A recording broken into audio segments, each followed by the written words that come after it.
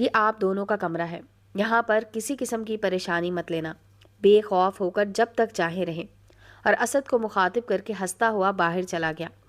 عظمیٰ نے جب کمرے کا جائزہ لیا تو اسے ایسے لگا جیسے وہ کوئی خواب دیکھ رہی ہے۔ کمرے میں بڑا جہازی سائز کا بیڈ اور سامنے بڑی سی الماری جس میں فل سائز کا ٹیلی ویژن اور VCR پڑا تھا، اور کمرے کی دوسری دیوار پر بڑا سا شیشے کا ریک بنا ہوا تھا جس میں مہنگے سے مہنگا ڈیکوریشن پیس لگا ہوا تھا۔ بیڈ کے اوپر AC لگا ہوا تھا جو شاید پہلے سے چل رہا تھا، جس کی وجہ سے کمرہ کافی ٹھنڈا تھا۔ عظمیٰ کو حیرانگی سے کمرے کی ایک ایک چیز دیکھتے ہوئے عظمیٰ اسد کو باہر جاتا ہوا دیکھنے لگ گئی۔ اسے حیرانگی بھی ہوئی کہ یہ باہر کیوں چلا گیا ہے، اور پھر اس کی نظر ایک کونے میں پڑے شاندار ڈریسنگ ٹیبل پر پڑی جس پر بڑے سائز کا شیشہ لگا ہوا تھا۔ وہ بے اختیار ڈریسنگ ٹیبل کی طرف بڑھی اور آئینے میں اپنا چہرہ دیکھنے لگ گئی کہ ایک دم اس کے ضمیر نے اسے جھنجھوڑا کہ اے بے وقوف لڑکی، تو کیا کرنے جا رہی ہے؟ عظمیٰ بھی اپنے ضمیر کی جھاڑ سن ہی رہی تھی کہ اسے اچانک اپنے کندھوں پر ہاتھ محسوس ہوئے، تو اس نے جلدی سے گھوم کر دیکھا تو اسد کھڑا مسکرا رہا تھا۔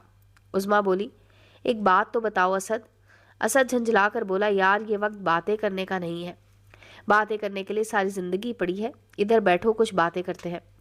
اسد غصے پر قابو کرتا ہوا کندھے اچکا کر عظمیٰ کے پاس بیٹھ گیا۔ تم نے ابھی پیپر دینے بھی جانا ہے، ہم لیٹ نہ ہو جائیں۔ عظمیٰ دیوار پر لگے کلاک کی طرف دیکھتے ہوئے بولی، ابھی تو 8 بھی نہیں بجے، بہت ٹائم پڑا ہے۔ اچھا جی، جیسے آپ کی مرضی، پھر جلدی نہ مچانا کہ مجھے دیر ہو رہی ہے، پیپر کا وقت نکل جانا ہے۔ عظمیٰ مسکرا کر اسد کی طرف دیکھتے ہوئے بولی، نہیں کہتی، جب آپ کہو گے تب ہی جائیں گے۔ اب خوش؟ مگر مجھے آپ سے باتیں کرنی ہیں۔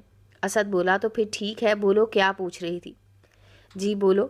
عظمیٰ اس کے طنزیہ انداز سے جی بولو کہنے پر اس کی طرف دیکھتے ہوئے بولی، اسد تم ایک دم بدل کیوں گئے ہو؟ کیا تم نے مجھے صرف اسی کام کے لیے بلایا تھا؟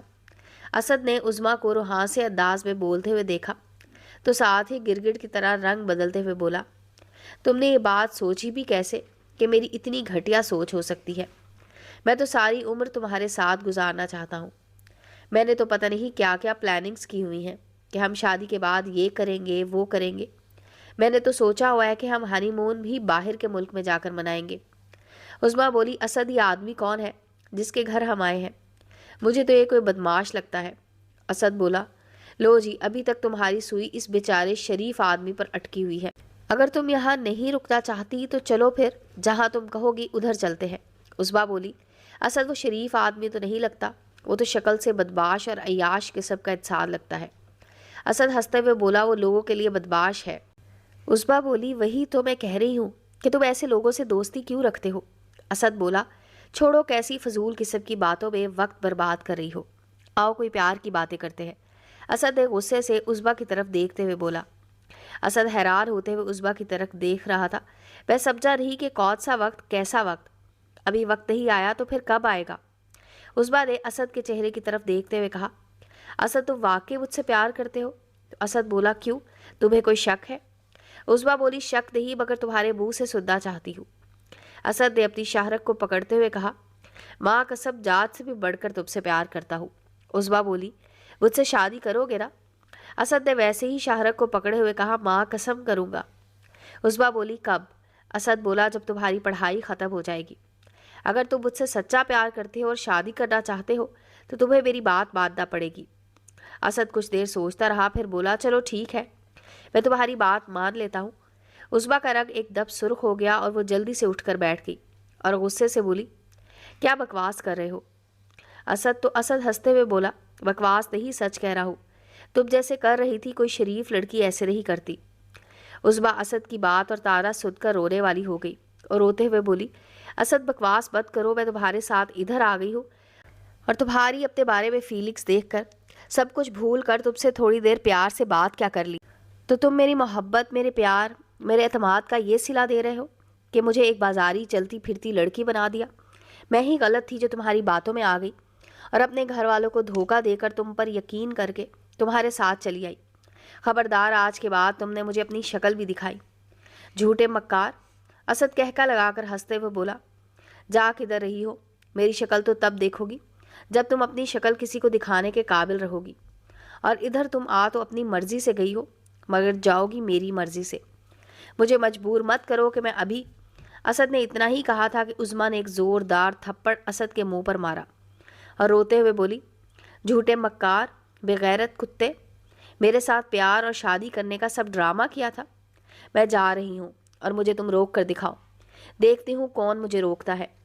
عظما یہ کہتے ہوئے اٹھ کر بیڈ سے نیچے اترنے لگی تو اسد، جو ابھی تک اپنی گال پر ہاتھ رکھے بیٹھا تھا، اس نے عظما کو بازو سے پکڑا اور ایک ہاتھ سے گھما کر بیڈ پر دے مارا اور ایک زوردار تھپڑ عظما کے منہ پر مارتے ہوئے بولا، چپ کر، تمہاری اتنی جرت کہ مجھ پر ہاتھ اٹھا، 2 ٹکے کی لڑکی، آج تجھے بتاتا ہوں کہ کیسے کسی مرد پر ہاتھ اٹھایا جاتا ہے۔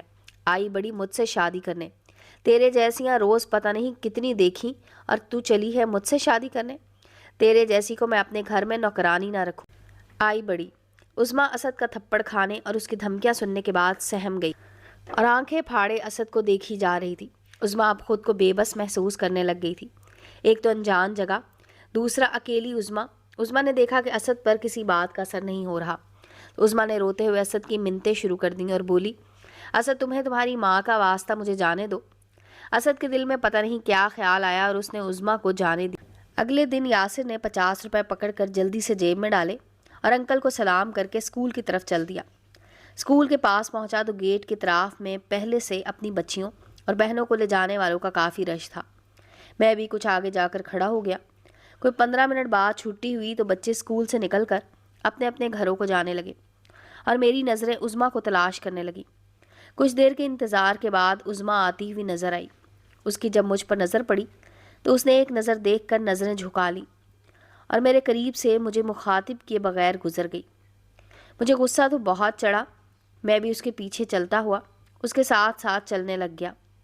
وہ ایسے انجان بن کر جا رہی تھی کہ جیسے مجھے جانتی ہی نہ ہو۔ اس کی نظریں سڑک کی طرف تھیں۔ جب ہم رش سے نکل کر گاؤں کی طرف جاتی سڑک پر پہنچے تو میں نے عظما کی طرف دیکھتے ہوئے کہا، عظما، میں تمہاری خاموشی دیکھنے کے لیے دکان چھوڑ کر نہیں آیا ہوں۔ تو عظما نے میری طرف دیکھا تو میں اس کی آنکھوں کو دیکھ کر حیران رہ گیا۔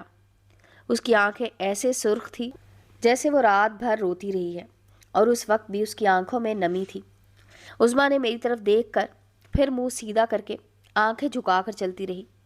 میں نے پھر پوچھا، عظما، کچھ بولو گی کہ نہیں؟ ہوا کیا ہے؟ تمہاری آنکھیں کیوں لال ہیں؟ تم رو کیوں رہی ہو؟ کچھ تو بولو، کچھ تو مجھے بتاؤ۔ ایسے ہی ہم نہر کے پل پر پہنچ گئے۔ آدھا راستہ طے ہو چکا تھا مگر عظما کی زبان سے ایک لفظ سننے کو میرے کان ترس گئے تھے۔ پل سے گزر کر جب ہم نہر سے نیچے اترے تو میں نے عظما کا بازو پکڑ لیا اور اس کو روک کر اپنی طرف گھما کر اس کے گالوں پر ہاتھ رکھ کر اس کا منہ اوپر کیا تو دیکھا عظما رو رہی تھی اور آنسوں کی جھڑی نے اس کا نقاب بھی گیلا کر دیا تھا۔ میں نے اس کے گال چھوڑے اور اس کے کندھوں سے پکڑ کر جھنجھوڑ کر پوچھا، عظما، کچھ تو بولو، ہوا کیا ہے؟ کیا ماجرا ہے؟ وہ مونچھوں والا چاچا کون تھا؟ تم کدھر تھی؟ میں نے ایک ہی سانس میں کتنے سوال کر دیے۔ عظما نے شہر کی طرف انگلی کر کے اتنا ہی کہا۔ وہ اسد نے مجھے کہتے ہوئے عظما چکرا کر گری تو میں نے جلدی سے اس کو تھام لیا اور اس کی گالوں کو تھپ تھپانے لگا۔ عظما، عظما، ہوش کرو۔ مگر عظما تو بے ہوش ہو چکی تھی۔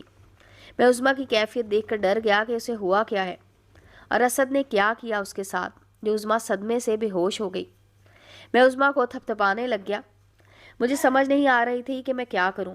میں نے گردن گھما کر چاروں طرف دیکھا مگر مجھے کوئی نظر نہ آیا۔ دوپہر کا وقت تھا۔ دور دور تک بندہ نہ بندے کی ذات نظر آ رہی تھی۔ میں نے عظما کو کندھے پر لادا، بڑی مشکل سے نیچے سے اس کا دستہ اور بک اٹھائی اور اسے لے کر مکئی کے درمیان میں بنی پگ ڈنڈی پر چل پڑا۔ میں بھی جھول جھول کر چل رہا تھا۔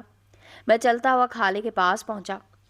اس وقت سب سے زیادہ محفوظ لگی تو میں عظما کو اٹھائے ہوئے بڑی تگ و دو کے بعد نالے کے قریب پہنچ گیا۔ میں نے ادھر ادھر دیکھا اور اٹھ کر کھالے کی طرف بھاگا اور ہاتھوں کو جوڑ کر کھالے میں سے پانی ہاتھوں میں ڈالا اور دوڑتا ہوا عظما کے پاس پہنچا اور پانی اس کے منہ پر گرا دیا۔ کچھ ہی دیر بعد عظما آنکھیں کھول لیں اور مجھے غور سے دیکھنے لگی۔ عظما کی آنکھیں سرخ اور سوجی ہوئی تھی۔ پھر سے پوچھا، عظما، کیا ہوا تمہیں؟ اتنی پریشان کیوں ہو؟ کیا کیا تمہارے ساتھ اسد نے؟ بولو پلیز، کچھ تو بتاؤ۔ عظما نے میرے سامنے ہاتھ جوڑے اور پھوٹ پھوٹ کر روتے ہوئے بولی، یاسر، مجھے معاف کر دو، میں دولت، پیسہ، شہرت پانے کے لیے اندھی ہو گئی تھی اور تم کو دھوکہ دے کر۔ اور پھر وہ اونچی آواز میں رونے لگ گئی۔